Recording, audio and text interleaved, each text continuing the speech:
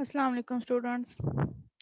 ہاں جی بچوں، یہ آپ کی تھرڈ ویڈیو ہے اس ویک کی، اور انشاءاللہ اس میں ہمارا جو فرسٹ چیپٹر ہے وہ کمپلیٹ ہو جائے گا. نیکسٹ ویک سے جو ہے وہ ہم لوگ سٹارٹ کریں گے اپنا سیکنڈ چیپٹر. تھوڑا سا ہی رہ گیا ہے، اس لیے یہ ویڈیو بھی چھوٹی بنے گی. پر بچوں آپ نے کیا کرنا ہے کہ ساری ویڈیوز دیکھنی ہے لازمی. اگر آپ نے پچھلی دیکھ لی ہیں تو اچھی بات ہے، اور اپنا جو بھی کوسچن ہے وہ کل کے جو آن لائن سیشن ہے اس میں لازمی تو پوچھ لینا ہے. ٹھیک ہے جی. اب ہم بات کر رہے تھے پروٹوکولز کے بارے میں پہلے، کہ پروٹوکولز کیا ہوتے ہیں، سٹینڈرڈز کیا ہوتے ہیں. سٹینڈرڈز کو اب ہم نے ڈیٹیل سے ڈسکس کرنا ہے. تو اس کا مائنر سا ڈفرنس تھا وہ ہم لوگوں نے پچھلی ویڈیو میں دیکھ لیا تھا. Standards are essential in creating and maintaining an open and competitive market for equipment manufacturers. اب یہ کیا چیز ہوتی ہے، پہلے تو میں آپ کو اس کی ایک اور ایگزامپل دے دوں اس لفظ کے حوالے سے، کہ جب ہم ڈیوائسز بناتے ہیں، نیٹ ورکنگ کی ڈیوائسز بناتے ہیں، راؤٹر بناتے ہیں جی، ہمارے لیپ ٹاپ ہیں، موبائل ہیں، تو ان میں کچھ چیزیں ہم ہر ایک کے لیے سٹینڈرڈ ہوتی ہے. جیسا کہ بلوٹوتھ ہے، بلوٹوتھ کا جو سینسر ہے جو کہ ویوز کو ڈیٹیکٹ کرتا ہے، میسج کو یا ڈیٹا کو سینڈ اور ریسیو کرتا ہے، تو وہ ہر ڈیوائس میں سیم ہے. ہر ڈیوائس میں جس میں بلوٹوتھ ہوگا اس کا وہی کام ہوگا. ٹھیک ہے، تو یہ ایک سٹینڈرڈ چیز ہے. پھر آپ دیکھیں کہ اگر اسمارٹ فون کی ہم بات کریں، کیا کوئی ایسا اسمارٹ فون ہو سکتا ہے جس میں کیمرہ نہ ہو؟ Not possible. تو ہم کہتے ہیں کہ یہ ہمارا ایک اسٹینڈرڈ بن گیا ہے کہ اسمارٹ فون جو ہے اس میں ٹچ اسکرین ہوگی. ٹھیک ہے، اور اس میں کیا چیز ہوگی، اس میں کیمرہ ہوگا، اس میں بہت سارے فیچرز ہوں گے، اس میں نیٹ چلتا ہوگا، اور ہم لوگ اس میں اپلیکیشن وغیرہ اپنی مرضی کی رن کر سکتے ہوں گے. تو یہ کیا ہے، یہ کچھ چیزیں ہیں جو کہ اسٹینڈرڈ بن گئی ہیں، یہ ضروری ہو جاتی ہیں، اور اس کو پھر ہم کیا کرتے ہیں، مینٹین رکھتے ہیں اس چیز کو، اس اسٹینڈرڈ کو. ٹھیک ہو گیا. اور یہ نیشنل اور انٹرنیشنل لیول پہ سیم ہوتا ہے انٹر آپریبلٹی کو قائم کرنے کے لیے. انٹر آپریبلٹی سے مراد یہ ہے کہ اب دیکھو جیسے میرے پاکستان کے اندر جو ڈیوائسز ہیں، ٹھیک ہے، ان کی نیٹ ورکنگ کرنے کا طریقہ ڈیفرنٹ ہو اور باہر کے ملکوں کا ڈیفرنٹ ہو، تو پھر کیا ہوگا کہ ہماری ڈیوائسز کے اندر انٹر آپریبلٹی نہیں رہے گی. ہم لوگ جو ہے وہ اس چیز کو کنیکشن کو اسٹیبلش نہیں کر سکیں گے ان ڈیوائسز کے درمیان. اگر میرا موبائل ہے اس کے اندر بلوٹوتھ کا کام ڈفرینٹ ہے کرنے کا، اور اگر آپ کا موبائل ہے اس کے اندر بلوٹوتھ کا کام ڈفرینٹ ہے کرنے کا، تو میں اور آپ ایک دوسرے کو میسیجز یا ڈیٹا جو ہے وہ سینڈ نہیں کر سکیں گے. مثال کے طور پہ ایک اینڈرائڈ کا فون ہے، اس کے اندر بلوٹوتھ کا فنکشن ورک کرتا ہے. جو ہمارے پاس ایپل کا فون ہے یا جو آئی او ایس ہے، میک آپریٹنگ سسٹم ہے، ان کا جو ہے وہ یہ والا سسٹم نہیں رن کرتا ہے اینڈرائڈ کے موبائل کے ساتھ. تو ہم کہتے ہیں کہ یہ ایک دوسرے کے انٹر آپریبل نہیں ہے، یہ آپس میں مل کے کام نہیں کر سکتے. تو اس طریقے سے جو مینوفیکچررز ہیں وہ کچھ سٹینڈرڈز بناتے ہیں. اس کی ایک چھوٹی سی اگزامپل ایسی ہے کہ آپ دیکھیں کہ ہم کسی بھی قسم کی ڈیوائس کو لا کے آپ کی واشنگ مشین ہے، آپ کی ریفریجریٹر ہے، آپ کی آئرن ہے، ٹھیک ہے، اور کتنی چیزیں ہوتی ہیں، اوون ہے، یہ تمام چیزیں جو ہوتی ہیں وہ الیکٹرسٹی سے چلنے والی جو چیزیں ہیں، ان کے سوئچز کے کی جو دو راڈز ہیں ان کے درمیان فاصلہ، اور جو ہمارے پرانے سے پرانے اور نئے سے نئے جو بورڈز یوز ہوتے ہیں بٹنز والے، جو کہ ہم لوگ استعمال کرتے ہیں، اپنے کمروں میں لگاتے ہیں، ٹھیک ہے، دیواروں میں فٹ کرتے ہیں، ان میں موجود سوئچز کے جو دو ہولز ہیں ان کے درمیان کا فاصلہ ہمیشہ سب کا سیم کیسے ہوتا ہے؟ ایسا ایسا کیوں نہیں ہوتا کہ جو اوون کا سوئچ ہے اس کے روڈ تھوڑے سے آگے پیچھے ہوں، اوپر نیچے ہوں، ان کے درمیان فاصلہ زیادہ ہو، اور جو ہمارے یہ لگے ہوئے بورڈز ہیں دیواروں کے اندر، ان کے جو ان سے سوئچ کا پارٹ ہے، اس کے ساکٹس جو سے ہیں اس میں فاصلہ ڈیفرنٹ ہو؟ ایسا کیوں نہیں ہوتا؟ کیوں نہیں ہوتا؟ کیونکہ یہ چیز سٹینڈرڈ بن چکی ہے کہ ان کے درمیان اتنا ہی فاصلہ رکھنا ہے. اب جو کمپنی ان سٹینڈرڈ کو فالو کرے گی وہی تو دوسری چیزوں کے انٹر آپریبل رہے گی، ورنہ کیا ہوگا؟ ورنہ کنیکشن اسٹیبلش نہیں ہو سکے گا. ٹھیک ہے، اب آپ کو بہتر طریقے سے سمجھ آ گئی ہوگی کہ سٹینڈرڈز کیسے بنتے ہیں. ہر ایک کمپنی اس چیز کو فالو کرتی ہے، مزید کرتی رہتی ہے. وہ کمپنی اس لیے فالو کرتی ہے تاکہ وہ دوسری ڈیوائسز کے ساتھ اس کی انٹر آپریبلٹی کو بڑھا سکے، اور آہستہ آہستہ وہ چیز کیا بن جاتی ہے؟ پھر سٹینڈرڈ بن جاتی ہے. اچھا، Standards provide guidelines to manufacturers, vendors, government agencies, and other service providers to ensure the kind of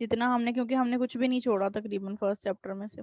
چلیں جی، آپ کا فرسٹ چیپٹر کمپلیٹ ہے. سیکنڈ چیپٹر کیا ہے ہمارا؟ نیٹ ورک کے ماڈلز ہیں، جس میں سے ہم نے او ایس آئی ماڈل کو سب سے پہلے پڑھنا ہے، اور دوسرا ہمارا T C P I P model ہوگا. جو first O S I model ہے اس کے اوپر ہمیں کافی ٹائم لگ جائے گا. میں ٹرائی کروں گی چیزوں کو جلدی جلدی وائنڈ اپ کروں، لیکن ٹائم لگ جائے گا. تھوڑا سا اس کو ریڈ کر لیتے ہیں او ایس آئی ماڈل کیا ہے.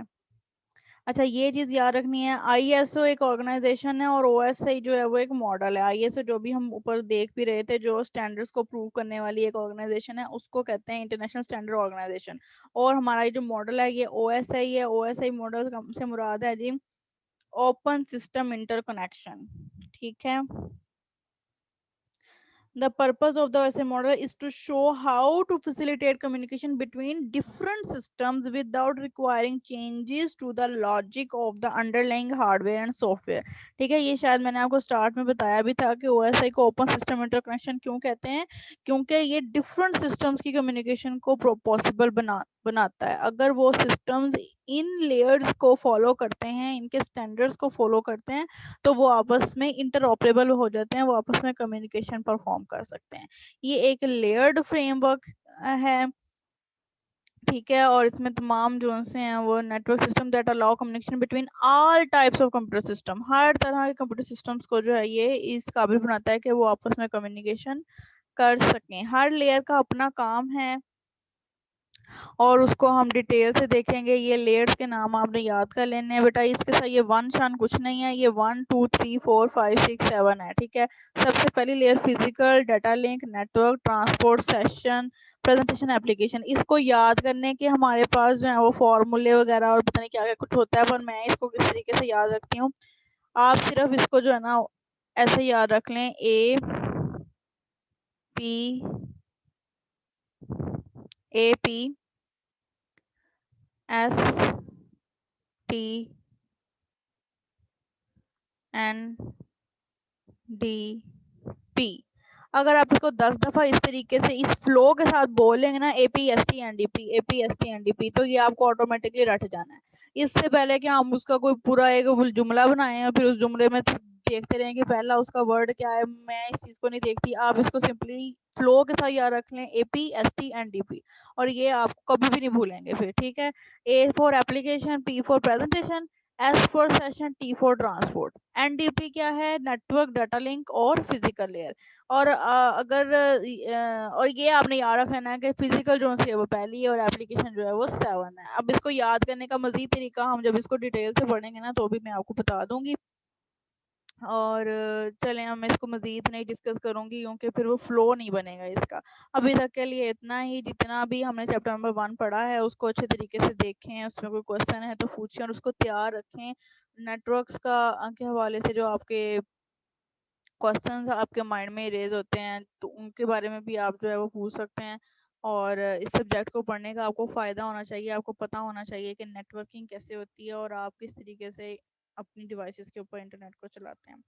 ٹھیک ہے اسٹوڈنٹس، اٹینڈنس مارک کر دیں. آن لائن سیشن کے اندر کوسچن آنسر ضرور کیا کریں تاکہ مجھے پتہ چلتا رہے کہ آپ لوگ پڑھ رہے ہیں اور ساتھ ساتھ ویڈیوز دیکھ رہے ہیں. Okay students, thank you. اللہ حافظ.